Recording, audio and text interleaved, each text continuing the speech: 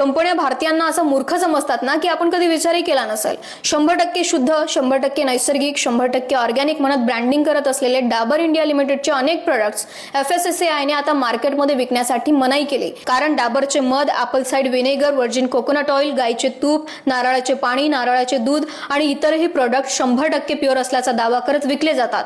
पण simple logic आहे, simple argument आहे जे आपण करत नाही की जर हे 100% प्युअर आहे तर त्या प्रोडक्ट मध्ये एकापेक्षा जास्त इन्ग्रेडियंट्स कसे। हा स्कॅम आजचा नाहीये, भारतीयांना देशी असो किंवा विदेशी कंपन्या अशाच मूर्ख बनवत आलेल्या आहेत।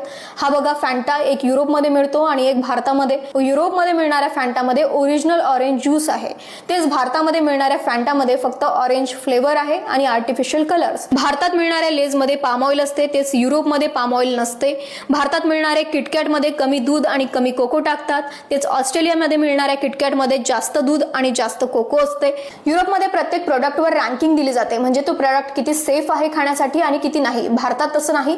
नक्कीच तिथे मिळणारे प्रोडक्ट्स महाग आहेत, पण प्रश्न किमतीचा नसून भारतीयांच्या जीवाला किती किंमत दिली जाते हा सुद्धा आहे। आणि जोपर्यंत आपण जागरूक ग्राहक बनून त्या कंपन्यांना आणि सरकारला जबाबदार ठरत नाही तोपर्यंत असंच कमी दर्जाचे अन्न आपल्या ताटात वाढले जाईल। प्रत्येक प्रोडक्ट वाचून आणि विचार करूनच खरेदी करा।